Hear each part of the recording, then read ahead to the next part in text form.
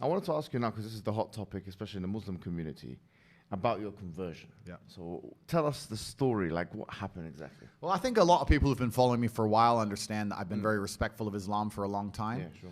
I was born in a Christian country. I was raised as a Christian, and I've always been very respectful of Islam. And it's become more and more obvious to me and more pertinent that Islam is the last religion on the planet. When I talk about Islam, because I'm new to it, I'm a little bit careful, right? Because I'm new to it. I'm certainly not a scholar. There's so much I need to learn. I know I'm on a learning journey. I'm not here to sit here and talk scripture. I don't know those things yet. I'm here to learn. Yeah. But And we're here at your assistance. thank you, bro. Thank you. Honestly. Thank you. Yeah. But it's just, for me, it feels like the last religion on earth. I feel like there's no other religion. People say to me, why did you convert? And I said, I don't really feel it as a conversion. It's almost like I knew God was real, and now I've become religious. And they say, well, you were religious before. I was like, religious before how? Christian? What does Christian mean? Like, who's not a Christian? You go to Christian nations, and everyone says they're a Christian. Look how they live their lives. Go into the average church. Is anyone actually fearful of God? Anybody? No. The girls are out on Saturday night drinking, and then they turn up to church because their parents made them. Like, there's no substance to the religion. And also, Islam very closely reflects my personal beliefs. Through my personal life, I've learned that if you don't have standards and you're not a strong person who's prepared to defend his ideas, you'll be crushed. Yes. And we look at most religions in the world today which are not prepared to defend their ideas. What's happened to them? They're just getting crushed. And now we have Christianity as an idea which has basically said, well, we can't set any firm rules because everyone will just quit. So instead, let's make it so easy to be a Christian that nobody has to put any effort in. Yeah. And then accept everybody no matter what, and hopefully we can keep the church doors open. That's not God to me, you know? Yeah. God to me is strong. God to me is something to be feared. Yeah. God to me is someone that people are afraid to mock. Yeah. God to me is someone that you have to go out of your way to prove something to. God to me has red lines. Yeah. Like, God to me represents the Islamic faith. The Christian God to me, I don't see God. I can't explain. I don't see anything there. So to me, it was the only logical choice in the end. Alhamdulillah, man. I mean, as you're saying this, I'm sure many people are like ecstatic and extremely happy. It's a great thing for everyone, honestly, because, you know, just anyone coming into Islam is you know, the Prophet Muhammad sallallahu alaihi wasallam told us, better than the world and everything in it. Yep. But imagine now somebody with major influence. I mean, you're the most Googled person on the planet. I'm not sure if you still have the top spot. I think Putin might have beat me as of last week. But I think it's between me and Putin at the moment. But I don't want to lose to Putin. Look, Putin's the big G. I don't want more enemies. Like, it's fine, Vladimir. You can have it. I never thought I'd hear you saying that statement. Yeah. Putin beat me last year. Yeah. I think we're certainly the most Googled. But no, it's definitely something beautiful. And a lot of people have, you know, you'll be surprised at how many women as well. Like, because obviously the accusations of misogyny and stuff, which, you know, but a lot of women, alhamdulillah, especially in the Muslim world, they're absolutely happy. In fact, let me tell you a story. Just before I came here today, one particular woman, I can't reveal her identity, but she's working as a school teacher in London. And actually, my friend told me that she was kicked out of school because they had this campaign against you in the schools. I'm not sure if you're aware of this. I've seen, this was part of the cancellation. I did know about this. Yeah. So in British schools, they said, you know, if you say anything good about this person, or you have to be reported or prevent and kind of, and if you say anything, you know, you have to kind of combat his extremism or whatever it may be, right? So because when you became Muslim, she abstained from doing that. She said, I can't really do that because you know, Islamic laws and it's backbiting and he's got honor in Islam and so on. And unfortunately, they fired her from the position. Wow. So you can see that this is the level of encroachment we're talking about here. So, and this shows you that the level of fraternity that exists, and not only the fact that, you know, when you're looking at Twitter or whatever social media, it's not a representation of what's really happening on the ground. Of course. And I mean, that's crazy to hear. And what's most crazy is, the fervor behind this idea that I'm somehow extremist is truly clown world. Like, I've sat as a professional and analyzed my content and understood which things can be taken out of context and which things were said in a way perhaps they shouldn't have been said before I was massively famous. But we have to sit here and understand that if you take anybody on the planet and give them 7 years of YouTube and then they decide and they blow up big, you're going to be able to find 30 to 45 seconds of clip across all those years that can be taken out of context, right? Yeah.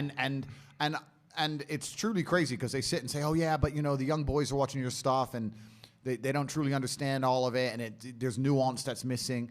And my argument is very simple. My argument is, well, one, you're taking small clips out of context. And two, there's not a single piece of content on the internet that a 14-year-old boy can't misunderstand.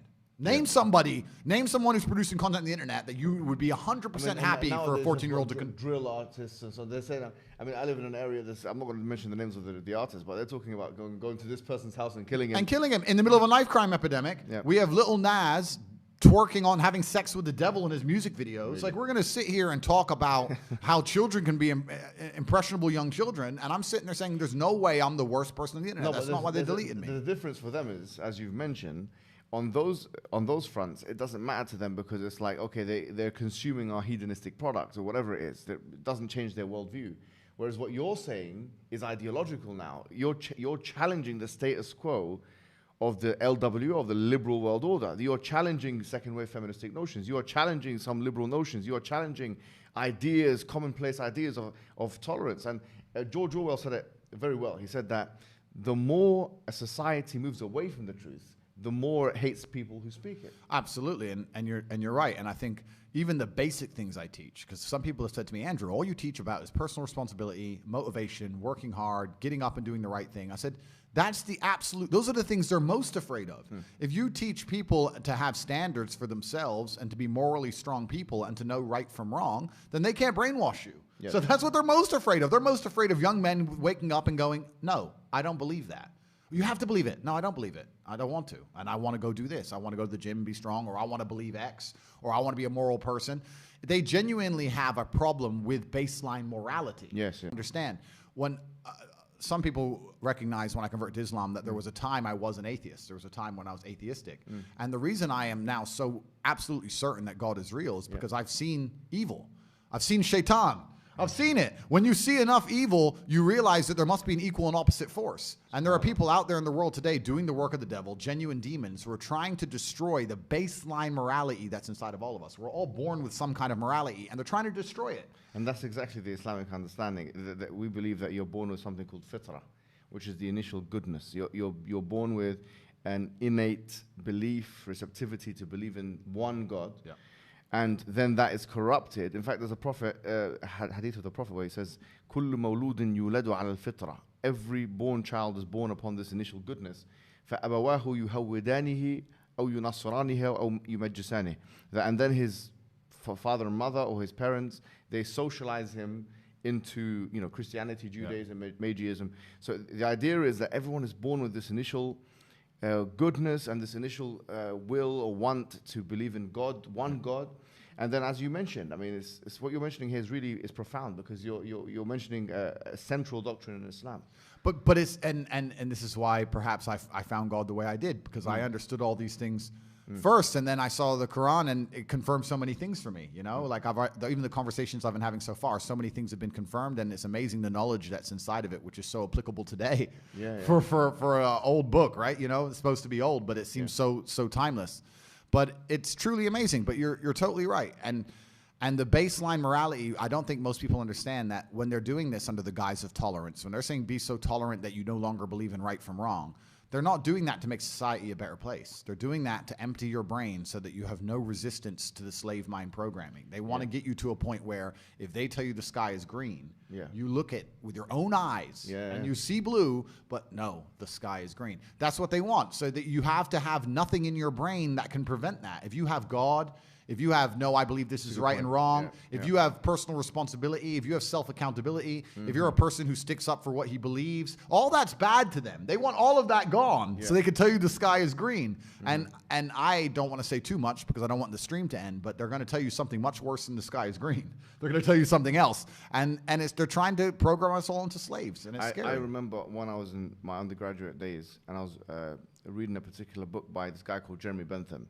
who became the spiritual forefather of J.S. Mill, who is the father of social liberalism of today. And I remember reading this because it was so powerful, because it linked to something I read in the Quran. He said that, you have two gods. He said you have the God of pain and you have the God of pleasure.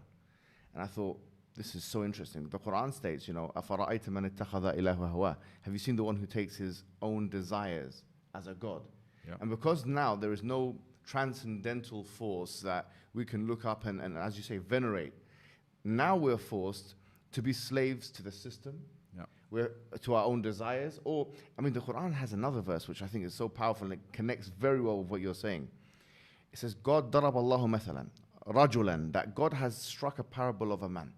Fihi shuraka mutashakisuna, that he's got many different slave owners. Wa rajul salaman li rajulin, and another kind of man who's only got one slave owner. God is basically telling us in the Quran that you've got one example of one individual who's got multiple slave owners and another one with just one. He says, Hal yastawiyani mathala, are they the same?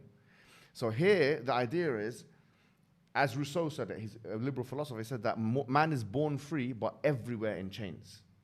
This is the order, because if you don't have that God to worship, then you're going to end up having to worship to everything else. And the whole part of the Shahada which you took, which is Ashhadu an la ilaha illallah wa ashhadu anna Muhammad Rasulullah, the true meaning of that, La ilaha illallah, is that there is no God worthy of worship except for one God. Yep. Which means that your desires or the system or these people that want to control us, the problem is they're not worthy of worship. The only one worthy of our subordination and submission is the creator of the heavens and the earth. There's no one else. I agree, and I completely agree, and I've agreed with this for the longest time. You know, I've never been to like a music concert, and people ask me why, and I said, I just look at it and I feel embarrassed. I look at someone up on a stage dancing around, and I look at hundreds of thousands of peasants in the crowd, just yeah. I'm like, it's I feel cringe. It's like secondhand embarrassment when I see these festivals and everyone's losing their mind, or these music concerts. I genuinely feel embarrassed for the people who go, because to me that is a form of worship. Like, you can listen to the music at home for free. You don't have to wait in that line and stand out in the cold. Like, I don't know. Perhaps it was a bit extreme, but I've always known that they're trying to give us false idols to some degree. And when I speak to atheists, they go, oh, I don't believe in God. But they've signed up so hard to the liberal woke agenda. They're as religious as anybody, but they're just believing in the wrong things. They're believing in degeneracy, and they're believing in the work of the devil. So humans always need something to believe in. And it's a great thing you said about your own desires. It's like, one guy I was talking to since my conversion says, it's interesting that somebody with everything, all the Western world, everything somebody could want, has now converted. And I said, yeah, because even before my conversion, I understood that hedonism is a black hole, and you can never fill it. You're never going to be able to have enough girls to be happy with girls. You're never going to be able to have enough money to be happy with money. You're never going to be able to, drink enough to be happy with drinking. Like, it's a black hole, and you can pour endless things down it, but you'll never fill it up. And you need to have some degree of self-restraint. And I've always been a very disciplined person. I've never made mistakes. But certainly, the higher power is going to give you more satisfaction in your heart than endless insanity. السلام عليكم. لا تنسوا الإعجاب بالفيديو والاشتراك في القناة تشجيعا لنا لنستمر بنشر المزيد إن شاء الله.